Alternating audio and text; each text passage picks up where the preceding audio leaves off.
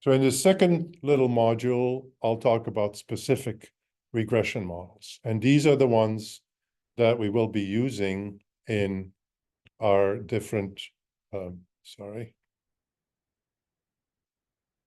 the rest of this quarter.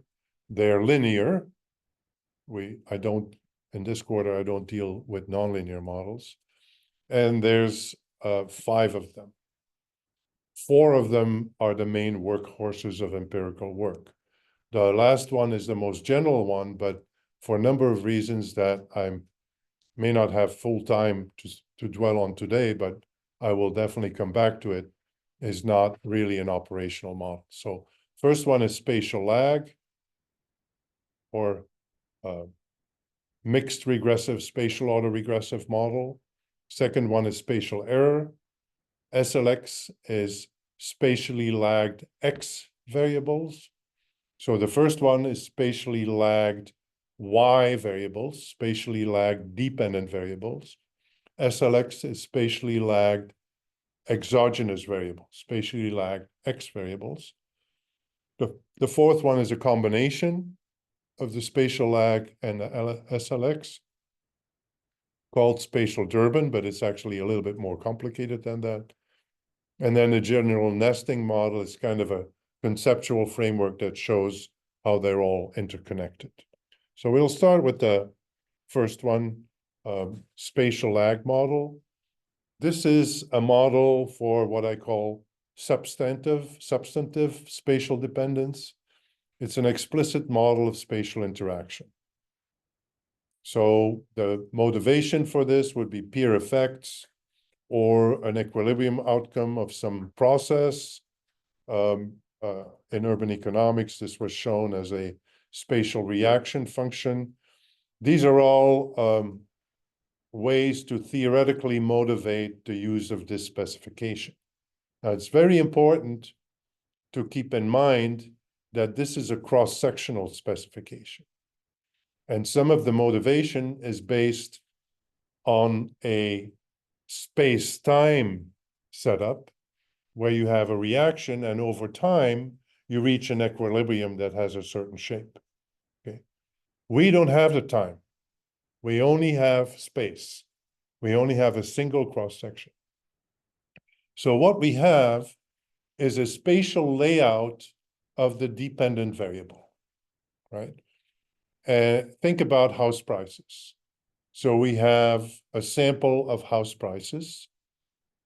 And of course, since we know where the houses are, we know what the price is of the neighboring houses because it's part of the same set. You know, there's no new information there. The neighbors are part of the same sample. So all these prices need to be explained simultaneously. So you can't say, I'm explaining the price of a house by the price of the neighboring house, because the neighboring house's price is explained by your price. So how does that work then? It's a simultaneous system. You have to solve it, okay? So my favorite explanation is a non-behavioral motivation. So forget about theory, it's a data problem. And in spatial analysis, that's very important. It's an issue of spatial scale. Because in empirical work, you often don't control the spatial scale. You're working with census tracts, you're working with counties. You're trying to model neighborhoods, but a neighborhood is proxied by the census tract. A neighborhood is not a census tract, or a census tract is not a neighborhood, I should say, right? Or you're modeling regional labor markets, you're using counties. Counties are proxies for labor markets. Counties are not. Sometimes they are, but often they're not, okay? So that's a problem. How do we fix that so that we get estimates of relationships between variables that are proper, that reflect what is actually going on? So the mathematical expression, in the old days, this used to be called a mixed regressive spatial autoregressive process. We have 2 parts to it: the spatially lagged dependent variable, and then the exogenous variables, or spatially exogenous variables, the x variables. In a regression specification, this becomes y, a column, the spatial layout of all the house prices, expressed in terms of two factors: the prices of the neighboring houses and some other factors, square footage, whether I have a garage, air conditioning, solar roof, whatever, right?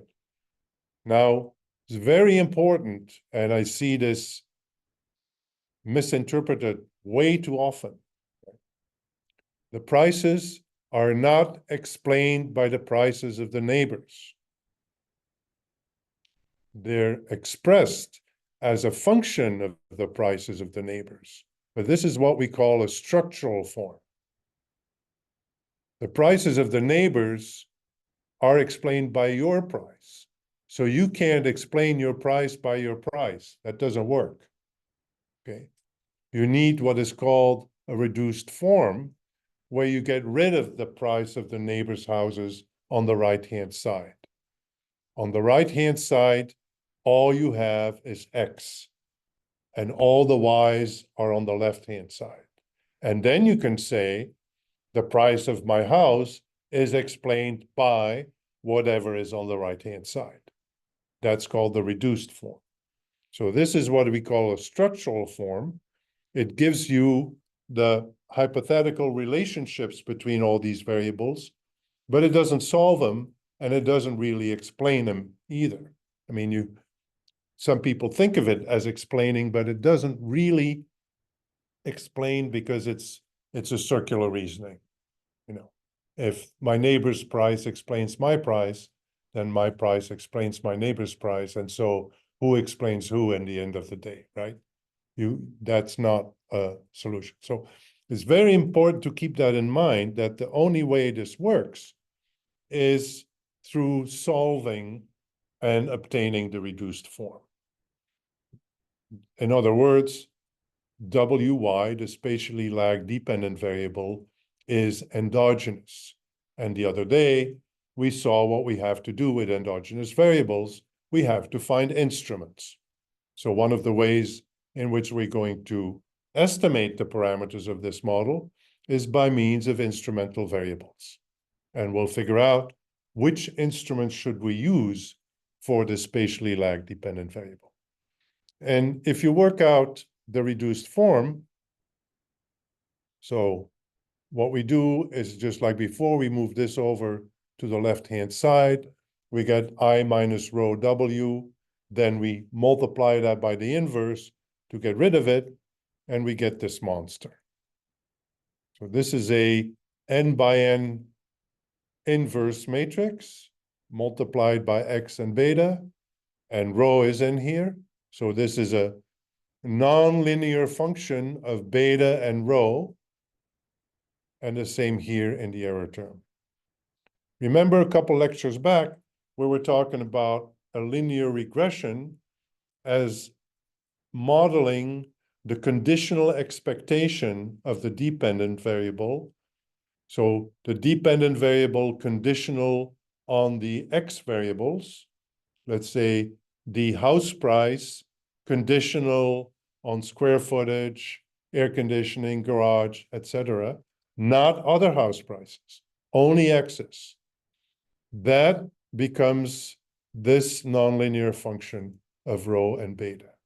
The error term is gone because on average the error term is 0. So that is gone. So this becomes the conditional expectation. So it's no longer x beta, but it's x beta pre-multiplied by this monster here.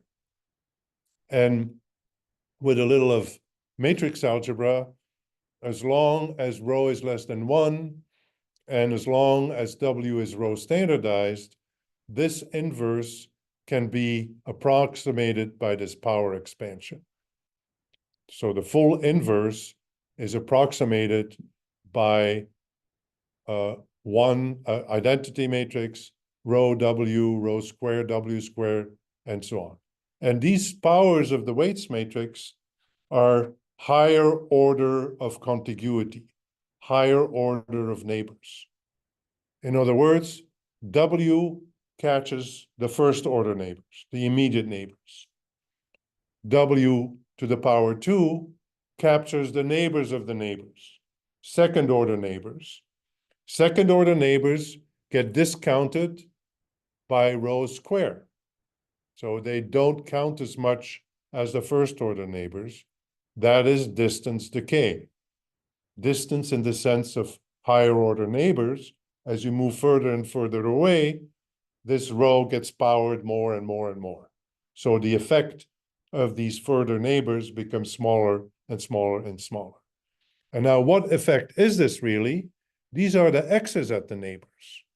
So this is not the house price of the neighbors, but this is the square footage of the neighbors. This is the air conditioning of the neighbors, or whether the house is remodeled, and so on. That's why it's a reduced form. There's no more endogenous variables on the right-hand side. So the full spatial pattern of the house prices is explained by these characteristics of the houses at the location, at neighboring location, and so on, using a distance decay function. So Y depends on the x's and their neighbors with a distance decay function. This is what is called a simultaneous spatial autoregressive process. You also have something called a conditional spatial autoregressive process, where the neighbors can be conditioned on. In other words, they're not part of the system. They're exogenous. And you can do this with particular sampling situations. So if you sample a house and you make sure that the neighbors are not part of the sample, then you don't have the I am my neighbor's neighbor situation anymore, because the neighbors aren't in there. But if you have data for the neighbors, then you have a conditional formulation. So you don't explain the neighbors, but you explain the prices in the sample. In this case, you explain all of them. Your house price and the neighbor's house prices, the full spatial layout of all the prices. It may take you a few rounds to really get your head around that, but it's a very important way of thinking about processes. So there's some issues with this, some identification problems, in that we're working on the pattern of the house prices, let's say, but different processes can yield the same pattern. So that's called the inverse problem. With cross sections, there's nothing you can do about it. With panel data, time, space, and time, you can do something about it. There's another kind of more technical identification issue in the economic literature. This is called the reflection problem, but it's slightly different. The reflection problem is for social interaction models where the individual is explained by the average in the sample. The difference with the spatial case in that the classic reflection problem, the observation itself is part of the average. In the spatial case, it's not. Why not? Think weights matrix. What do we know about the weights matrix? What do we know about the diagonal of the weights matrix? What's the diagonal of the weight matrix? By construction, it's 0. So the observation itself is not part of the averaging. So it's not subject to the reflection problem as originally formulated. And then there's a critique in new economic geography that it doesn't really allow you to interpret causal effects. And I'll be the first to agree with that. It's a way to model a spatial structure of the data. And this is where I come back to my data problem. It's a scale issue. It's not necessarily something that has a particular behavioral context. In some cases, it does. but it's really a scale issue. So what happens if you barrel on ahead and model the prices of the houses as a function of the house characteristics? We're missing some interaction. Since we're missing something, we have what is called an omitted variable problem. So this is very uncomfortable in contrast between the textbook and reality. In the textbook, you assume that your model is correctly specified, meaning you're including all the X's that should be included. In practice, you never know, right? You have no real idea. So, but if you omit a variable that really matters, you're wrong. Basically, everything is wrong. OLS is biased. It's also inconsistent. The estimates are wrong. The signs can be wrong. The standard errors are definitely wrong, and so on and so on. So with some perspective, this is a serious problem, right? If this feedback effect or these spillover effects are really important and you ignore them, then you're ignoring an important factor of your empirical reality. And if we have time, we'll do this in the lab. If we don't have time, you'll just do it on your own. This is what happens. So what am I doing here? I am simulating a data set that follows a spatial lag model with an increasingly larger coefficient of rho. So I'm simulating data that are spatially correlated using the lag specification. And then I estimate beta with a straight OLS without the spatial lag. So I'm not doing OLS on the spatial lag model. I'm doing OLS on a model without spatial lag. And what happens to the beta estimates? So I do this 1,000 times, and then I graph the estimates of the beta. The true value of beta is 1. As long as we have very small rho, 0 and 0.2, we're essentially in the same spot. As we crank up the rho, two things happen. Okay? We're moving. We're moving away from the true value. That's bias. And these curves keep getting lower. They keep getting wider around the actual estimate, which means that the variances of the estimate go up. In other words, if we have very strong spatial spillovers and we ignore them, we're far, that's all relative, of course, off target in terms of our beta coefficients, plus they're not precise. So two problems. Spatial error model, that's the second most important one in terms of the empirical work. This is different. This is not about some kind of equilibrium process or some kind of behavioral substantive spatial dependence. This is in the error term. So this is not, in the previous case, the spatial process was part of the signal. Now it's part of the noise. Okay? I call it nuisance spatial dependence.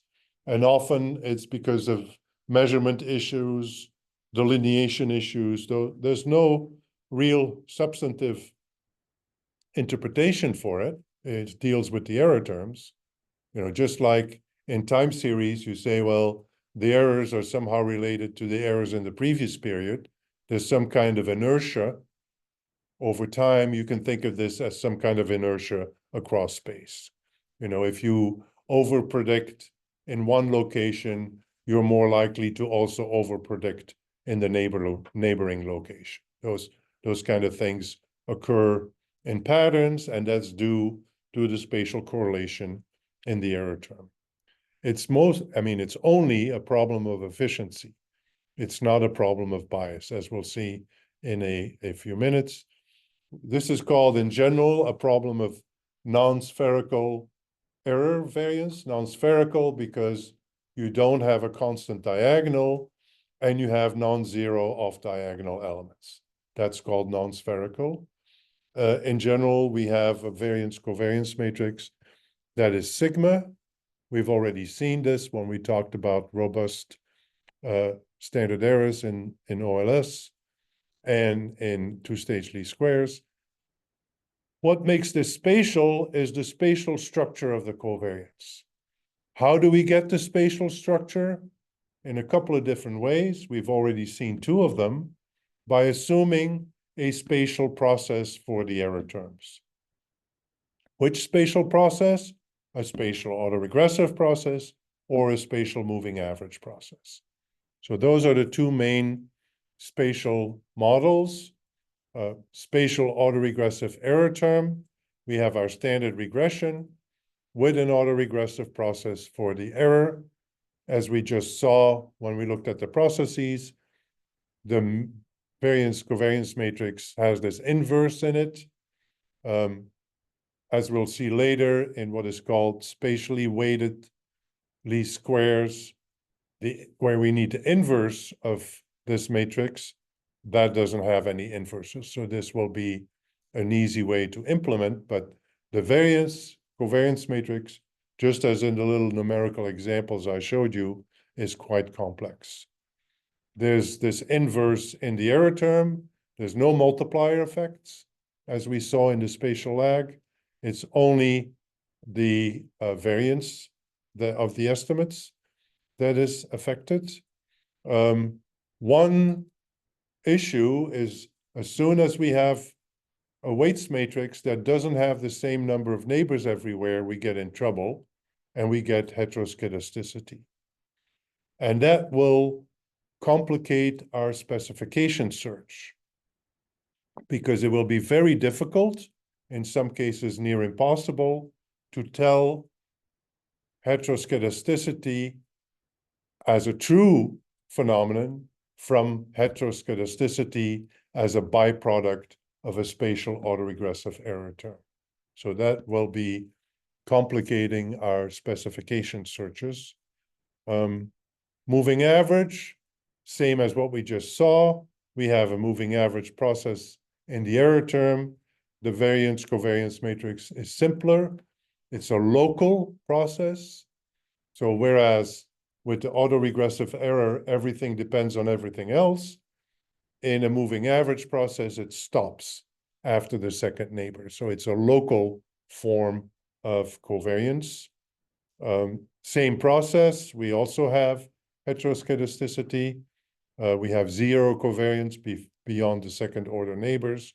There's other spatial structures that are either direct models of distance, where you say the covariance sigma squared ij is some function of the distance between I and j, and so on. We won't really talk about those here. They tend to be complicated mathematically and require specialized estimation structure, but we don't care because OLS is good to go.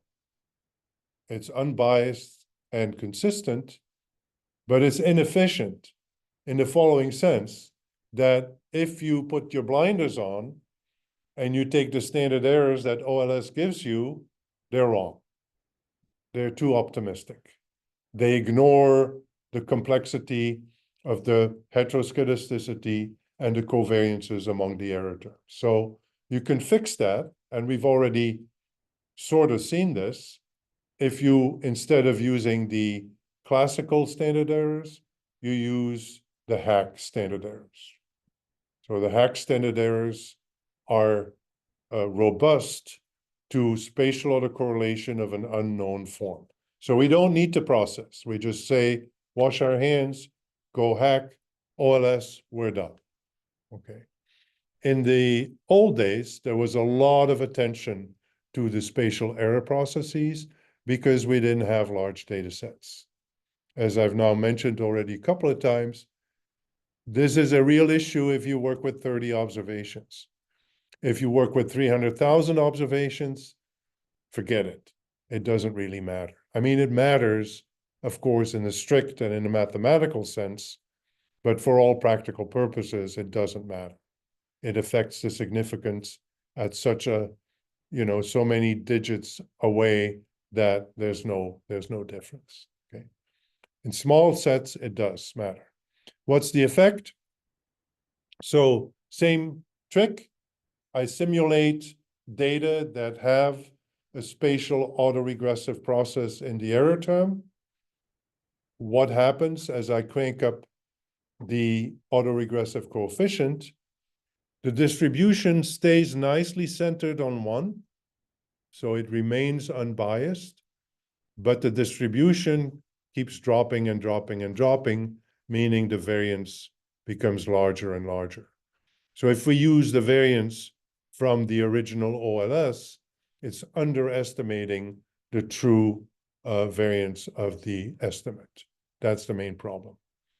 Moving average, much less of an effect. Why is that? Because moving average is local dependence. Autoregressive is the whole system. It bounces back and forth, and so it has much more of an impact than moving average does. So in some respect, this is even a greater motivation to not pay attention to this, because the moving average effect is really at the margin. It's not very strong. Okay, so those are the two classical workhorses. These were developed, yeah. Is this just like that? Maybe it's just guessing, just in fact of the number of simulations, but in the second one for lambda 0.02, it seems like it's more accurate than lambda 0. Correct. Yeah. Is that just like there for only so many simulations? Yeah, I do 1,000 simulations. If you did 100,000, that wouldn't be the case anymore. Yeah. You also, if you look carefully at the curves, there's some weird kinks in some of them. That shouldn't be the case as you crank up the number of simulations. So in the literature, there's a famous paper in 1975, Middle Ages, introducing estimation methods for spatial models, spatial interaction models. And the two main models were the lag model and the error model. Right? And a lot of the literature is about those, most of the literature. Now, in the early 90s, these two Dutch economists came up with a much simpler model, which they called a spatial cross-regressive model, where there is no lag-dependent variable, but there are lagged exogenous variables. If you think back to the reduced form in the lag model, we had the effect of X, then we had the effect of WX, then we had the effect of the neighbors of WX, and so forth. So you can think of this, if you think of the reduced form, as kind of a truncated reduced form. So for the lag model, the reduced form keeps going, and then in the SLX model, the reduced form stops after the first set of neighbors. A lot of people forgot about this for a long time because it did not require specialized estimation methods. You can estimate these parameters by just OLS. So if you're a statistician or an econometrician, you don't care about this model because it's not a challenge. It's just standard methods, right? But if you're worried about interpretation, and in fact, this was kind of rediscovered in 2015, and that's where the SLX term was introduced, as a reaction to these critiques from more theoretical oriented people, that these, there's a title of a paper that's mostly pointless models. It's actually a double critique. It's on both the causality issue, but also the scale issue, that we should be using microdata, point data, which if you can, fine. If most time you can't. But anyway, this model is very attractive from an empirical point of view. No spatially lag-dependent variable. You can deal with endogenous WX if you want to. That just makes it two-stage least squares, not ordinary least squares. It's a model for local spillovers. If the autoregressive coefficient in the lag model is not very high, then for all practical purposes, it becomes a local model because the powers go up. So the effect of the further neighbors is in effect zeroed out. And most practically, you don't need to do anything special, right? You could just use standard estimation. So my advice, people often come to me and say, oh, can you estimate a spatial lag model for count data? Can you estimate spatial lag model for discrete dependent variable or negative binomial and, you know, zero inflated Poisson, you name it, right? They want a spatial lag model. Well, it's very, very difficult to do that.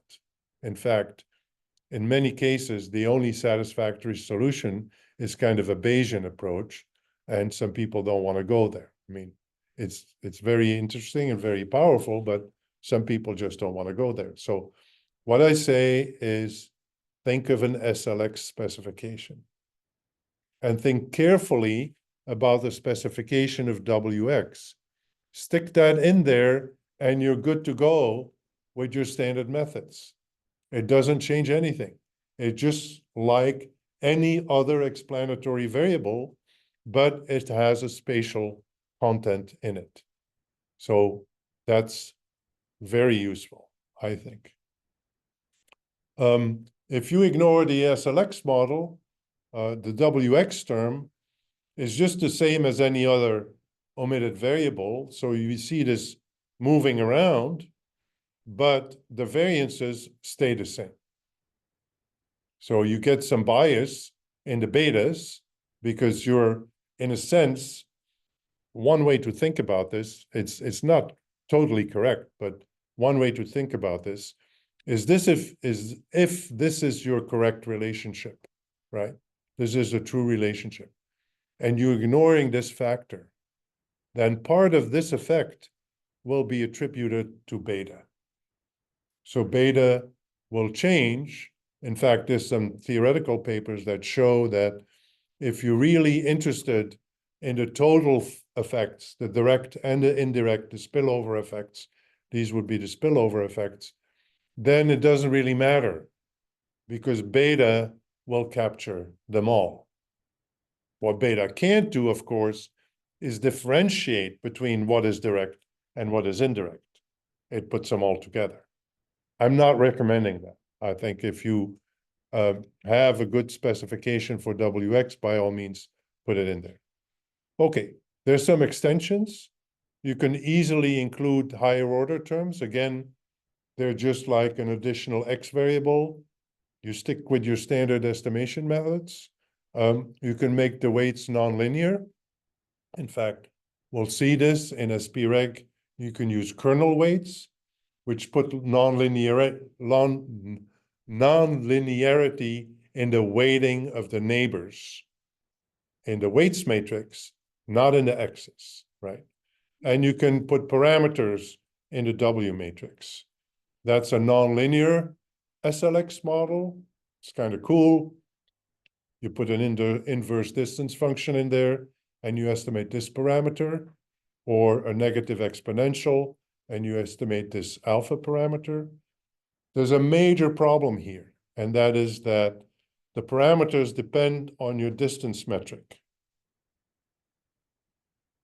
And your distance metric depends on how your location is recorded. And this has to do with projections, which I don't want to talk about too much. If your projection gives you the location in feet, then the distance between 2 points will be in feet. How much is the distance between Chicago and Indianapolis in feet? I don't know, but it's a very, very large number, right? An inverse distance is 1 divided by distance. 1 divided by a very large number is nothing. So you have to be careful. You can't just put any distance in there. If your distances are big numbers, and even miles, you get in trouble right away, right? And this is often ignored. Mathematically, it's very elegant to say we have an inverse distance function. Because I am me, my first question is, well, what's your distance? Is it meters? Is it kilometers? Is it some kind of scaled variable? And so what we do in spreg is we scale the distance measure using the same rationale as you do in kernel weights, where you have a bandwidth. The bandwidth becomes 1, and all the distances become fractions of 1. And then, as we'll see later, I'm running out of time, so I'm just going to show you this. We can either take the fraction of the bandwidth and the complement with 1. We use this to implement the inverse distance weights, or just a fraction, which we use for negative exponential weights. And then you can plug this in with different parameter values, and that shows you how the distance decay varies with these parameters. And in my opinion, this is often ignored. People just think about the math and they put these functions in there and estimate parameters and don't necessarily realize what these parameters mean. Look, for example, at this one, very elegant negative exponential distance function, standardized by the bandwidth. Okay, so here we are at 40% of the bandwidth, right? What is our weight of the neighbors? Basically nothing. So all the neighbors that are further than this distance away essentially get ignored. So if you have, this is for an parameter value of 6. These are all comparable because we've rescaled the distance metrics. So if you get an estimate of 26 or something like that, forget about it. 26 is a curve that goes like this. So everything is zeroed out. So it's very elegant and very attractive to estimate these nonlinear functions, but it's also very dangerous. Well, it's not dangerous. It's just you can get nonsensical parameter estimates. What does that mean? It means that type of distance decay is inappropriate for the data at hand. It doesn't mean it's a worthless model. It's not. It can be extremely useful showing these kinds of different gradual distance decays. But the data have to cooperate. All too often, especially in this course, we force models on the data that the data don't want, because you all want to come up with a model that shows a significant spatial coefficient. Well, good luck. There's always at least a few people in this class who try anything they can and just cannot come up with a model that gives a significant spatial coefficient. From my perspective, that's not a problem, okay? If the data are not playing, the data are not playing, right? As an empirical person, you should realize that the type of model that you're forcing on the data is not supported by that data, maybe by other data, but not by that data. It's not the end of the world. Pick a different model. That's it. Or get new data. That's another solution. Okay, I'm going to leave it at that for now.